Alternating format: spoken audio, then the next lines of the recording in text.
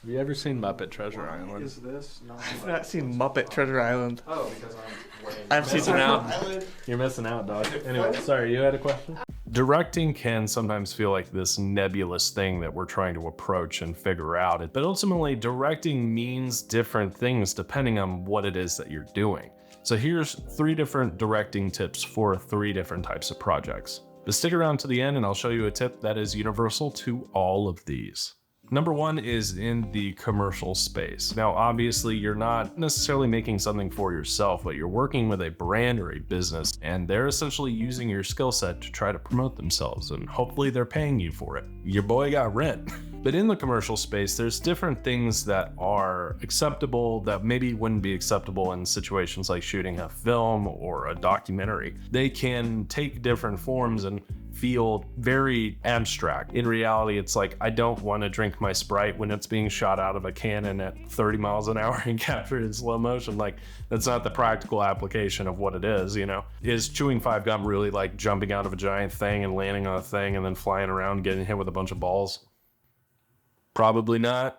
In commercial filmmaking, the priority really is the aesthetic of the content and the integration of the brand identity. It can kind of run the gamut between providing the business great value of just like an interview for their website versus something that's a lot more abstract with voiceover and dust flying everywhere and whatnot. But ultimately, that's the priority in commercial filmmaking, is to make the brand look good.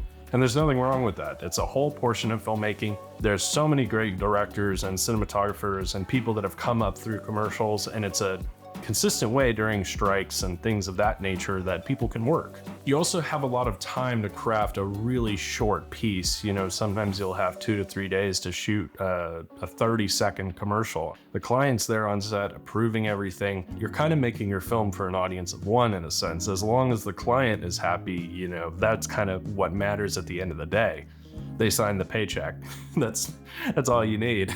There was a project I shot a while back, and basically it was subpar from what I was hoping it would be, but ultimately the client was happy and the utilitarian nature of the project was fulfilled. And ultimately, you know, the client, their business grew, and that was kind of the purpose of the commercial. But, you know, I didn't get to execute my directory vision for everything, but kind of it doesn't really matter. That is secondary. And I, as a director, have to put that aside and understand that it's not the time or the place or the people to try to impose my vision upon. That's not gonna get me a lot of work, and that's not really right. Moving on to the second one is documentary, or specifically in this case, short documentary work. I've done one of these on my channel already. It's called The Adventure of a Lifetime. It's about my friend Olivia. He's gonna go to Mongolia and ride in this horse race. It's insane. Go check it out. Here's a card for it. But ultimately, when you're making a short documentary, your priority as a filmmaker is you're just trying to shoot everything as it's happening. It's a real reactionary way of filmmaking. Jason Head, who's one of my best friends, was the director of a documentary called Fighting for Daybreak that I was a producer on. It ended up on Apple TV Plus and Amazon Prime. I'll leave you a link in the description to check it out. But something that he told me that really reframed the way I was thinking about film was, in documentary, the film is happening all the time. You just have to capture it. So really what you want to do is just set yourself up for success, making sure cameras are mobile and able to run for a really long time. You have a lot of storage, but as a director, you're kind of focusing on creating scenarios where characters can interact or people can have conversations or things might happen. For example, in the short doc, The Adventure of a Lifetime, we kind of go out towards the end of the piece and have Olivia, our subject, ride around on a horse through this open field. I knew that there was a chance of rain during that period of time, so I wanted to take advantage of that rolling in to get different types of shots for her getting on the horse in front of the clouds, kind of scary, ominous imaging that I knew was going to happen at a certain point earlier in her story. So thinking on my feet, but also trying to think ahead and plan situations where characters and their perceived dynamics, or, you know, the weather or what have you, characters can interact with what is in front of them in a curated kind of organic way. Documentary is a very fast-moving way of working, so it's a great place to learn how to operate a camera and capture shots and content and think like an editor and think like a director in the moment on your feet. But sometimes it can be harder to then transition from that to our last section, which is narrative film. Really quick before you jump on that, just hit the subscribe button for me and lick that bell. That would be amazing. Wait.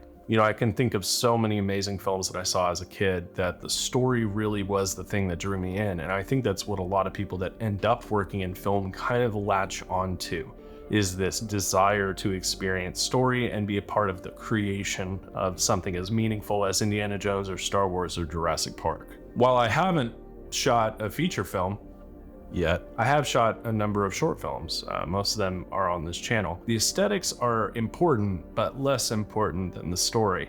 The mobility is important, but less important than the story. Really, the priority is capturing the performances and the dialogue and making sure you have the coverage to make it work in the edit. You have to plan ahead, you have to find locations, you have to find actors, you have to have rehearsals, you have to have, crew. It's a lot of money, it's a lot of time, it's a lot of energy, but ultimately what you're trying to do is take something that is real and manipulate it and make it something that is fictitious. And that's the hardest thing in directing a film on any level, is trying to take reality, known reality, and suspend everyone's disbelief for just long enough that they think that this might be real. It's not even a thinking, it's like a feeling. It's this interaction on an emotional level with this fake thing that you're experiencing.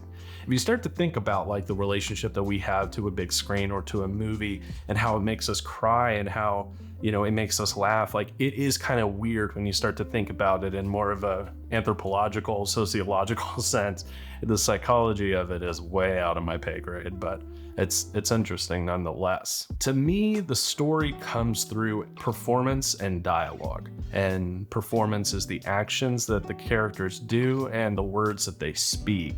And you as a director, you have to turn into like this quasi-fatherly figure, because if you've never acted before, it's an insane thing that these people are putting themselves through. And it's a very awkward situation when there's potentially millions of dollars on the line and everything is ready. And now you have to do your line into the camera the right time, the right way, or you're wasting money. And I have personally seen that pressure get to one of my actors. There was a scene that we were trying to shoot in one of my short films. I don't want to say anything specific, but this actor was having a very hard time getting through the scene. And I could just see this spiraling happening in his head and just becoming more and more downtrodden and discouraged and upset with each take. And as a director, one, my heart goes out to him because he was a friend of mine, but also it's like, okay, let's just stop. Let's stop this. So I made everybody leave the room and I sat down with him and we just talked for a minute and just tried to reset, got him some water. And we just talked about like our day, our life. We ignored everything that was around us for about 5 minutes. Everybody came back, he got back into his spot and he nailed it. Having the wherewithal to treat actors like humans and give them the space to perform, not just read lines, is the key to being a great narrative director.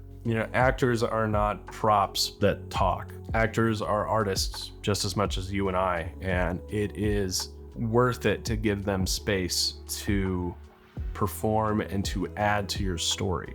Now, obviously, take everything I say with a grain of salt. Sometimes actors are not really actors and they're not in it for the performance or for the acting. They're in it for something else.